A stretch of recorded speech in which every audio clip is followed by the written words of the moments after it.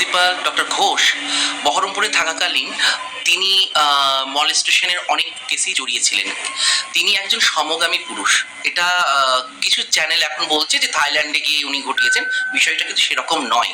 উনি যখন বহরমপুর মেডিকেল কলেজে ছিলেন তখন ফেসবুক থেকে ট্রান্সজেন্ডারদের ফোন নাম্বার নিয়ে তাদেরকে তিনি তার কোয়ার্টারে ডেকে তাদের সঙ্গে যৌন সম্পর্ক তৈরি করেছে। ওনার যে যৌনতাটা সেটা হচ্ছে খিমচানো, কামড়ানো, মারা, রক্ত বার করে, খুব ব্রুটাল। যে একবার ওনার কাছে গেছে সে কিন্তু আর দ্বিতীয়বার যায়নি। এবং তিলোত্তমার যে ধরনের আমরা দেখতে পাচ্ছি যে ঘটনা ঘটেছে তার শরীরের ওপরে, আমার মনে হয় যে এই যে পরিকল্পনা হলেও ওনার হতে পারে। তার সঙ্গে আমার একটা ধারণা, এটা আমার ব্যক্তিগত ধারণা বলতে পারেন, যে সঞ্জয় বলে যে মানুষটিকে ফাঁসানো হচ্ছে তার সাথেও ডক্টর ঘোষের কোনো না কোনো ধরনের শারীরিক সম্বন্ধ থাকতে পারে।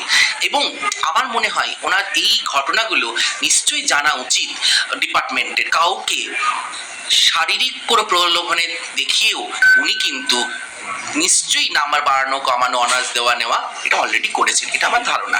যাদের সঙ্গে ঘটনা ঘটেছে তারা থানায় যেতে পারেনি, কারণ সেই সময় সিচুয়েশন এরকম ছিল না যে থানায় তারা জানাতে পারে। অনেকদিন আগে উনি ছিলেন এখানে। আর দ্বিতীয়ত, একজন আধিকারিকের বিরুদ্ধে কথা বলতে গেলে কে শুনবে? ফেসবুকের মাধ্যমেই ট্রান্সজেন্ডারদেরকে টার্গেট করেছে। কতজন আছে আপনার মনে হয়? 3 জন। আমাদের ট্রান্সজেন্ডার 3 জন বহরমপুরে আছে। বহরমপুরে?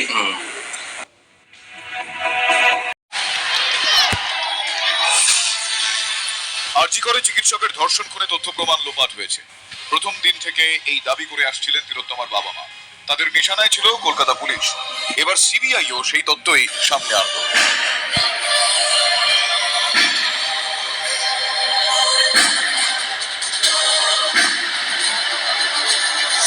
তিলোত্তমা খুন ধর্ষণ কাণ্ডে শনিবার টালা থানার প্রাক্তন ওসি অভিজিৎ মণ্ডলকে গ্রেফতার করেছিল সিবিআই। রবিবার তাকে শিয়ালদা কোর্টে তোলা হয়। অভিজিতের হয়ে কোনো আইনজীবী দাঁড়াতে চাননি, তাই বাইরে থেকে আইনজীবী আনা হয়। সওয়াল জবাবে বিস্ফোরক অভিযোগ করেন সিবিআই এর আইনজীবী। জানান, আরজিকর কাণ্ডে বৃহত্তর ষড়যন্ত্র থাকতে পারে। সেই ষড়যন্ত্রের অংশীদার অভিজিৎ মণ্ডল। অভিযুক্ত সঞ্জয় রায় ও অন্যান্যদের বাঁচানোর চেষ্টা হয়েছে। সন্দেহভাজন বলেই টালা থানার প্রাক্তন ওসিকে গ্রেফতার করা হয়েছে। কেন এমন বিস্ফোরক অভিযোগ কেন্দ্রীয় এজেন্সির, তার ব্যাখ্যাও আদালতে দিয়েছেন তারা। সিবিআই এর বক্তব্য, ঘটনার দিন সকাল 10টায় খবর পেলেও অভিজিৎ অকুস্থলে আসেন 11টায়, এফআইআর হয় 11টায়। কেন এত দেরিতে এফআইআর? একজন পুলিশ অফিসার হওয়া সত্ত্বেও তদন্তের প্রক্রিয়া মানেননি অভিজিৎ। ওসি হিসেবে অভিজিৎ ক্রাইম সিন সঠিকভাবে ঘিরে রাখতে ব্যর্থ হয়েছেন। এতে ফিঙ্গারপ্রিন্ট, ফুটপ্রিন্ট নষ্ট হয়েছে। ফলে কয়েক ঘন্টার মধ্যে বহু গুরুত্বপূর্ণ প্রমাণ লোপাট হয়ে থাকতে পারে। ঘটনাকে প্রথমে আত্মহত্যা বলে দাবি করা হয়, কিন্তু দেখেই বোঝা যাচ্ছিল যৌন হয়রানি হয়েছে। অনেক দেরিতে এভিডেন্স বাজেয়াপ্ত হয়েছে। ঘটনার দিন অভিজিৎ এবং সন্দীপের মধ্যে কথা হয়। দুজনকে মুখোমুখি বসিয়ে জেরা করা জরুরি। তিলোত্তমার দেহের ময়নাতদন্তে কেন দেরি? কেন সন্ধ্যের পর নিয়ম বহির্ভূতভাবে ময়নাতদন্ত করা হয় তা নিয়ে প্রথম থেকেই প্রশ্ন ছিল। রবিবার সিবিআই আদালতে জানিয়েছে, ওসি অভিজিতের জন্যই তিলোত্তমার ডেথ সার্টিফিকেট পেতে দেরি হয়েছে, যার জেরে ইনকোয়েস্ট ও ময়নাতদন্তে দেরি হয়।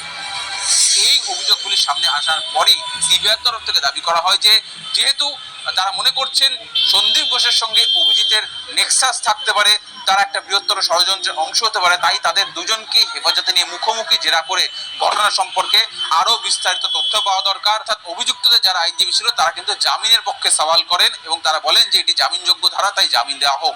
দুপক্ষের সওয়াল জবাব শোনার পর বিচারক কিন্তু দুজনকেই 3 দিনের জন্য সিবিআই হেফাজতে নির্দেশ দিয়েছে। টালা থানার প্রাক্তন ওসির গ্রেফতারি নিয়ে রবিবার সকালেই এক্স হ্যান্ডেলে পোস্ট করেন বিজেপি নেতা অমিত মালব্য। তার দাবি, এই গ্রেফতারি প্রমাণ করলো প্রাক্তন ওসি ক্রাইম সিনে তথ্য প্রমাণ লোপাটে সাহায্য করেছেন আর তাকে বাঁচাতে চেষ্টা করেছিল পুলিশ।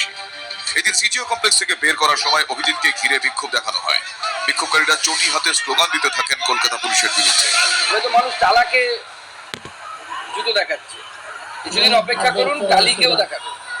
টালা দিয়ে শুরু হয়েছে, টালিতে গিয়ে শেষ হবে। ওসি নিজের ইচ্ছা কতটা করে জানি না আমি, কারণ যা চেহারা দেখলাম, তার যা ক্যাসিস দেখলাম ওসির, তাতে ওসি কতটা ষড়যন্ত্রকারী আমার জানা নাই, কিন্তু কার কথাই যে ষড়যন্ত্রটা করেছে সেটা কিন্তু জানা দরকার। সেটা সিবিআই, এখানে সুপ্রিম কোর্ট গোটা ব্যাপার দেখছে, সুতরাং সিবিআই যেটা বলে সেটা সিবিআই করছে এবং বলবে সুপ্রিম কোর্ট, এতে আমাদের বলার তো কিছু। সিবিআই সূত্রে খবর, অভিজিৎকে টানা জেরা করে সেদিনের ঘটনার পুঙ্খানুপুঙ্খ তথ্য হাতে পেতে চাইছেন তদন্তকারীরা।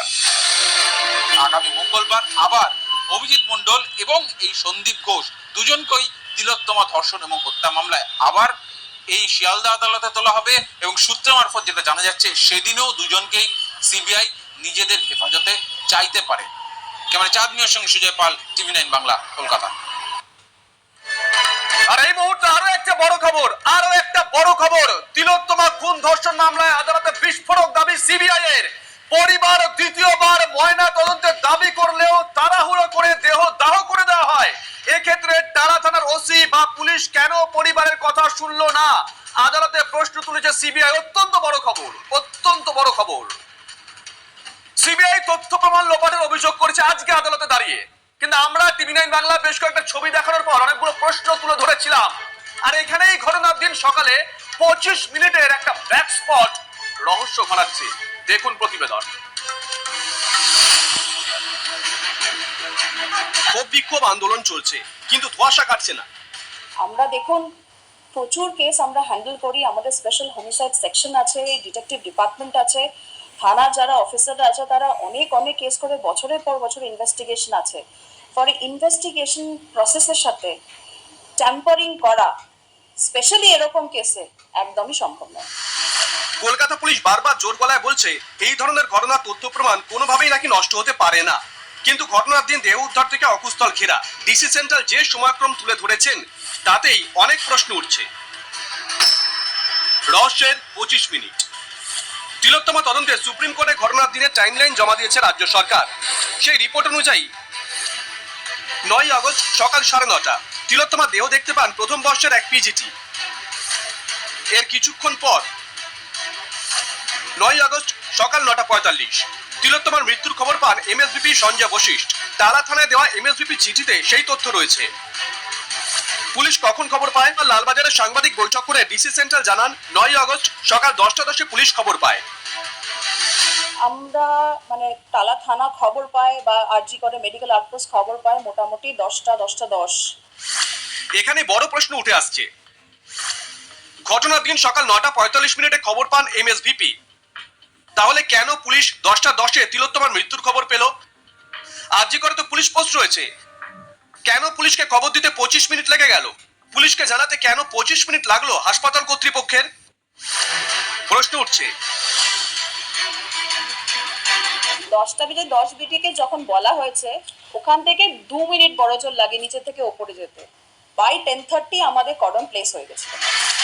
লালবাজারি বলছে হাসপাতালের আউটপোস্ট থেকে অকুস্থলে পৌঁছতে পুলিশের 2 মিনিট লাগে, তাহলে কেন সেই পুলিশকে খবর দিতে 25 মিনিট সময় নিল হাসপাতাল কর্তৃপক্ষ? ঘটনার দিন সকাল 9:45 খবর পান এমএসভিপি। প্রশ্ন হলো এমএসভিপি সঞ্জয় বশিষ্ঠ কখন ফোন করেছিলেন? এই 25 মিনিটের মধ্যে এমএসভিপি আর কাকে ফোন করেছিলেন? যারা ফোন পেয়েছিলেন তারা আবার কাকে ফোন করেছিলেন? সন্দীপ ঘোষ ঘনিষ্ঠ ইন্টার্ন হাউস স্টাফরা জানিয়েছেন সকাল 9:30 থেকে 10টার মধ্যে তাদের কাছে ফোন চলে এসেছিল, জানানো হয়েছিল পিজিটি ছাত্রী ধর্ষণ খুন হয়েছেন এবং সেই মোতাবেক তাদের ঘটনাস্থলে যাওয়ার নির্দেশ দেওয়া হয়েছিল। সন্দীপ ঘোষ ঘনিষ্ঠরা খবর পেয়ে যান, অথচ পুলিশের কাছে খবর যেতে লাগে 25 মিনিট।